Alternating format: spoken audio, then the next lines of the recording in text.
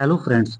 आज की वीडियो में बात करेंगे हम डी ट्रिपल एस सी के द्वारा निकाली हुई टीजीटी लेवल पे जो टीचर वैकेंसी उसके बारे में और जानेंगे दोस्तों कौन इस फॉर्म को फिल कर सकता है और क्या इसका एग्जाम पैटर्न रहने वाला है। तो अगर आपने मेरे चैनल को सब्सक्राइब नहीं किया तो प्लीज मेरे चैनल को फॉलो कर लीजिए ताकि एग्जाम से रिलेटेड कोई भी अपडेट है आपको इजिली मिल पाए।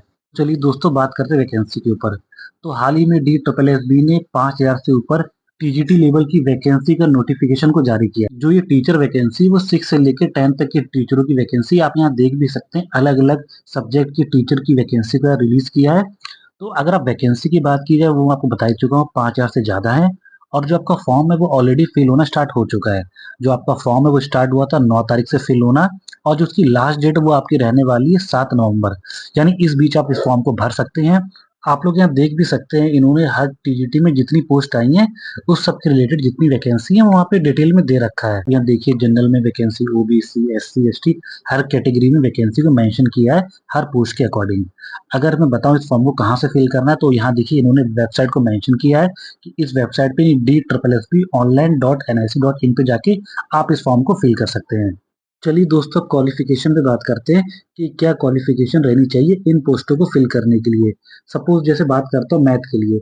अगर आप मैथ से टीचर बनना चाहते हैं टीजीटी में मतलब सेम क्वालिफिकेशन हर पोस्ट के लिए रहेगी। मतलब आप किसी भी सब्जेक्ट से टीचर बनना चाहते हैं तो यही क्राइटेरिया उनमें भी फॉलो होगा। तो देखिए यहाँ जैसे मैं बात करता हूँ मैथ से बात करता हूँ तो देखिए यहाँ पे बता रखा है आपको ग्रेजुएशन में 50% मिनिमम लेकर ही लेकर आने हैं। अगर सपोज करिए आपने 50% से अपना बैचलर पास नहीं किया है तो देखिए सेकंड ऑप्शन भी दे रखा है कि आपके पास या तो मास्टर की डिग्री हो और आपने उसको 50% से पास कर रखा हो। तो दोनों में से कोई एक क्राइटेरिया पूरा होना चाहिए। सेकंड चीज यहाँ देखिए बता भी रखा है। मान लीजिए आप जिस चीज के टीचर बनना चाहते हो जैसे मैथ के बनना चाहते हो टीचर तो आपके बैचलर डिग्री में वो सब्जेक्ट 2 साल आपने मिनिमम पढ़ा होना चाहिए। ठीक है दोस्तों। अगली क्वालिफिकेशन क्या इंपॉर्टेंट है इस पोस्ट के लिए कि बीएड होना ही होना चाहिए आपके पास और सीटेट आपका क्वालिफाई होना चाहिए। अब दोस्तों अगर मैं सैलरी की बात करूं तो ये सारी पोस्ट लेवल 7 की हैं। यानी जो इनका ग्रेड पे है वो रहने वाला 4600। और अगर आप ये मान के चलिए ये सारी आपकी जॉब जो रहेगी वो आपकी दिल्ली में रहने वाली है।